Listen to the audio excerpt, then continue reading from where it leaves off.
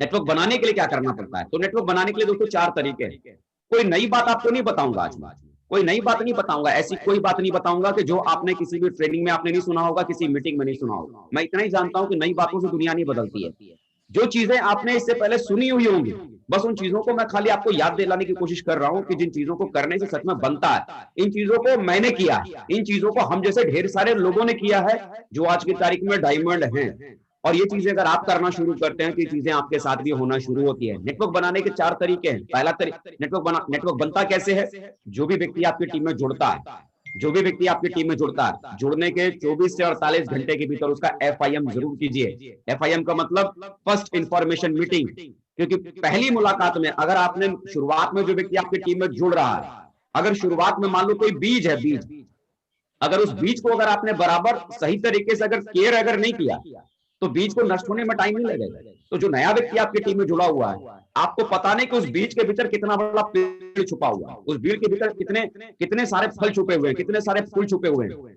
तो जो नया व्यक्ति आपकी टीम में जुड़ता है ना, उस नए व्यक्ति को केयर करना शुरुआत से बहुत जरूरी है। जैसे ही कोई नया व्यक्ति जुड़ता है 24 घंटे के भीतर, 24 से 48 घंटे के भीतर उस व्यक्ति का फर्स्ट इंफॉर्मेशन मीटिंग, इस बिजनेस के इस बारे में बात करने के लिए उससे मुलाकात जरूर कीजिए।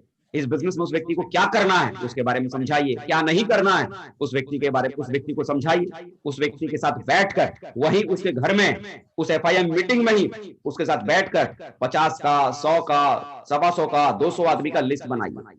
ये मत उसे बोलिए कि भाई साहब आप लिस्ट बना लेना, जिन लोगों को भी आप इस बिजनेस के बारे में बताना चाहते हैं, भाई आप एक काम करना, जिनको भी आप जानते पहचानते हैं उनका एक नाम का एक लिस्ट बनाना, रिश्तेदारों का, यार दोस्तों का। ये आप भी जानते हैं। जब आप लोगों से कहते हैं ना कि लिस्ट बना लेना, कोई भी नहीं बनाता है।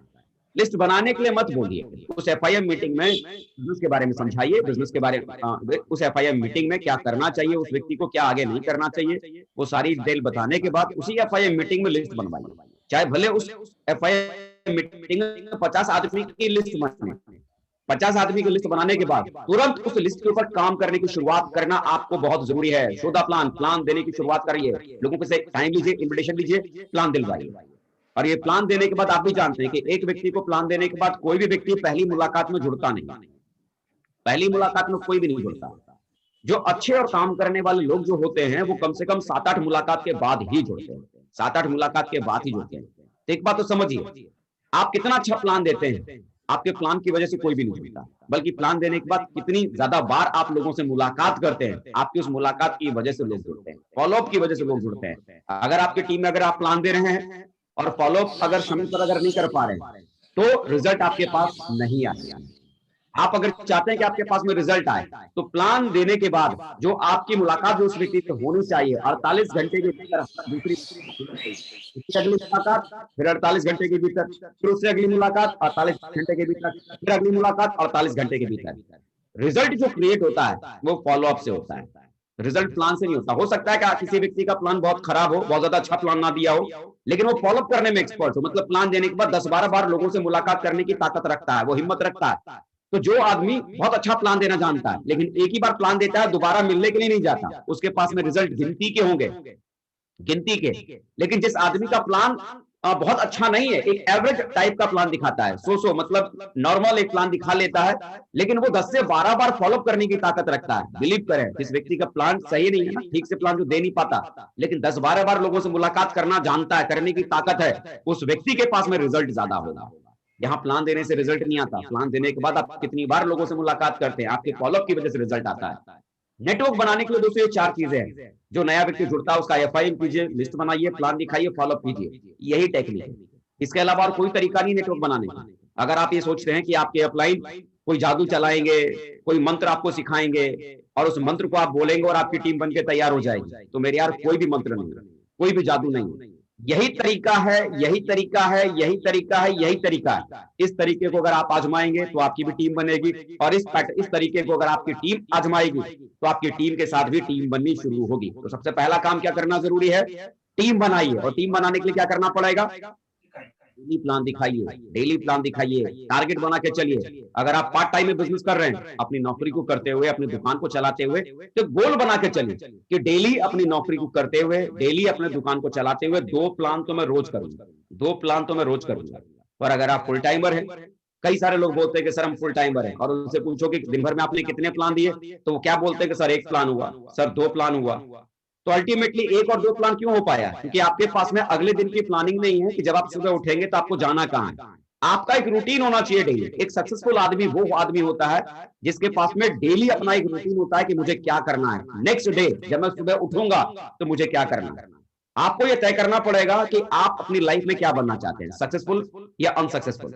अगर सक्सेसफुल अगर आप बनना चाहते हैं तो आपको अपना एक रूटीन बनाना पड़ेगा कि सुबह उठने के बाद आपको क्या करना है। 6 बजे कहां जाएंगे, 7 बजे कहां जाएंगे, 8 बजे कहां जाएंगे, 9 बजे कहां जाएंगे, 10 बजे कहां जाएंगे, रात के 12 बजे तक का आपके पास में शेड्यूल होना चाहिए। फुल टाइम जो काम कर रहा है ना व्यक्ति सेफ शॉप में, डेली कम से कम उस व्यक्ति को 5 प्लान जरूर करना चाहिए, कम से कम 5 प्लान। बाकी इसके अलावा कितने भी फॉलोअप करो, कितना भी एफआईएम करो, कितनी भी ग्रुप मीटिंग करो, वो एक अलग बात है, लेकिन डेली 5 प्लान आपको जरूर करना चाहिए। दोस्तों मैं आपको अगर मैं बताऊं कि जब मैंने बिजनेस मैंने शुरुआत किया था, दूसरी शुरुआत जब मैंने की थी आज से 9.5 साल पहले समस्तीपुर बिहार से, मुझे याद है कि जब मैं वो शहर में जब मैं गया था काम करने के लिए, तो दोस्तों अपने लिए मैंने एक गोल तैयार किया था कि मैं डेली 5 आदमी को प्लान दूंगा, डेली 5 आदमी को प्लान दूंगा। और मैंने तय कर रखा था सुबह मैं 6 बजे, सुबह मैं 5 बजे उठता था, 6 बजे मोटरसाइकिल निकालकर फील्ड में निकल जाता था, और मैं अकेला वहां रहता था, खुद ही खाना बनाता था और खुद ही खाता भी था। मेरा सुबह फील्ड से लौटने का कोई टाइम नहीं था, कभी मैं 10 बजे लौटता था, कभी 11 बजे, कभी 12 बजे, कभी 1 बजे, कभी 2 बजे, कभी 3 और कभी कभी 4 भी बजता था। मैं वापस लौटता था, खाना बनाता था और खाना खा के फिर दोबारा से मैं वापस फील्ड में चला जाता था। सुबह का खाना मुझे नहीं मालूम था कितने बजे खाऊंगा, 10 बजे, 11 बजे, 12 बजे, जितने बजे फील्ड से फ्री हुआ वापस लौटा, खाना खा के फिर वापस फील्ड में चला जाता था। लेकिन रात का खाना खाने के लिए दोस्तों मैंने अपने लिए एक कंडीशन तय कर रखी थी। रात का खाना मैं उसी दिन खाता था जिस दिन मेरे 5 प्लान पूरे होते थे। मैंने अपने आप से कमिटमेंट कर रखा था कि जिस दिन मैं 5 प्लान नहीं बताऊंगा उस रात को मैं खाना नहीं खाऊंगा। और ये सिर्फ मैं कहने के लिए आज नहीं बता रहा हूं, मेरे ढेर सारे ऐसे साथी हैं जिन्होंने शुरुआत में मेरे साथ काम किया है और वो जानते हैं कि जिस रात मैं 5 प्लान नहीं बता पाता था उस रात को मैं खाना नहीं खाता था। और जब रात को 11 बजता था, 11:30 बजता था, और अब जरा सोचो कोई व्यक्ति दिन भर भागा है, मार्केट में घूमा है, थका होगा, पसीना आया होगा, पेट भी दर्द कर रहा होगा भूख की वजह से। अब आप मुझे बताओ, मैं अकेला ही उस कमरे में रह रहा हूँ, अकेला ही उस कमरे में हूँ, खुद ही खाना बनाना है और खाना भी चुपचाप अगर बना के अगर मैं खा भी लूं तो कौन क्या कहने वाला, कोई भी कुछ भी कहने वाला नहीं है। लेकिन उसके बावजूद मेरा कमिटमेंट क्या है कि खाना नहीं खाना है। और रात को 11:30 बजे, 12 बजे मैं अपनी टीम के लोगों को फोन करता था और उनको फोन करके पूछता था कि और अविनाश जी क्या हाल है। अविनाश जी कहते थे सर बहुत बढ़िया हाल है। बोला अविनाश जी कल का क्या प्रोग्राम है, कल किसके पास चलना है प्लान देने के लिए। तो वो कहते थे कि सर अभी तो कोई सोचा नहीं है, अभी कल सर देखते हैं किसके पास चलना है। तो मैं उस समय अविनाश जी से कहता था कि अविनाश जी ऐसे काम नहीं चलेगा।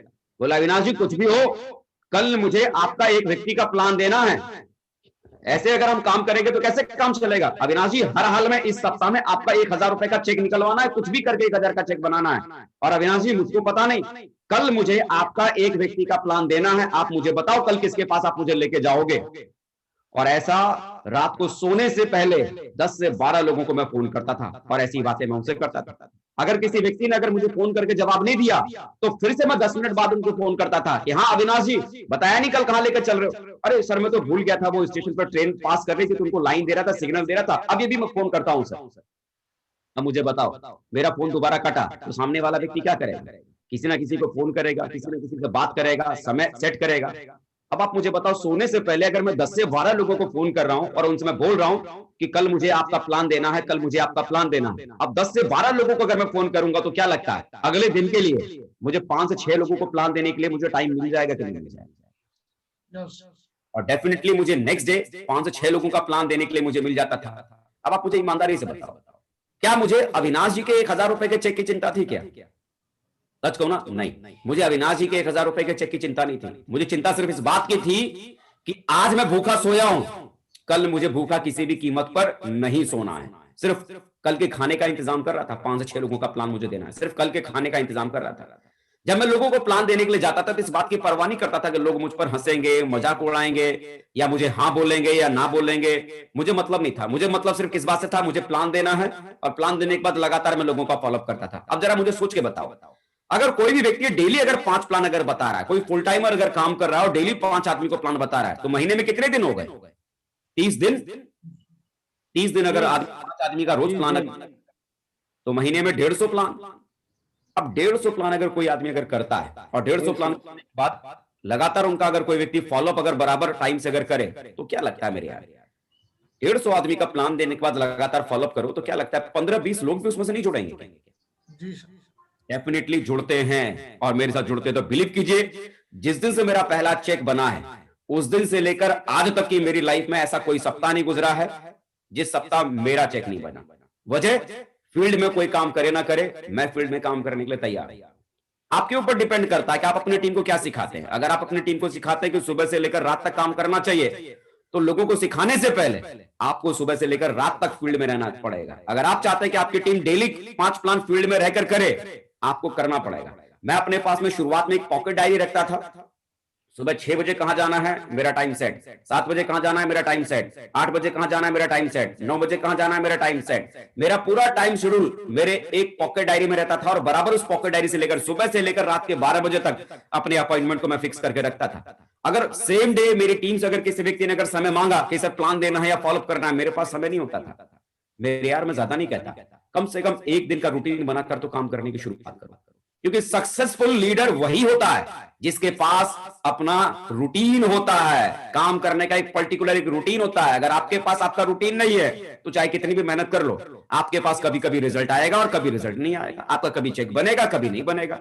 लेकिन प्रॉपर एक रूटीन के साथ अगर आप काम कर रहे हैं तो आपका हर वीक चेक बनेगा, और हर वीक बढ़ते हुए क्रम में आपका चेक बनेगा, हर वीक बढ़ते हुए क्रम में आपका चेक बनेगा।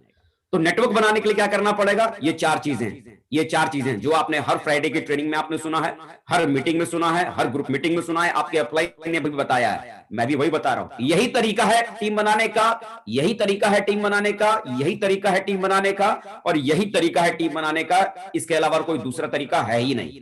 आपको FIM करना पड़ेगा, लिस्ट बनाना सीखना पड़ेगा, फॉलोअप प्लान देना पड़ेगा, फॉलोअप करना पड़ेगा, ये आपको आजमाने पड़ेंगे।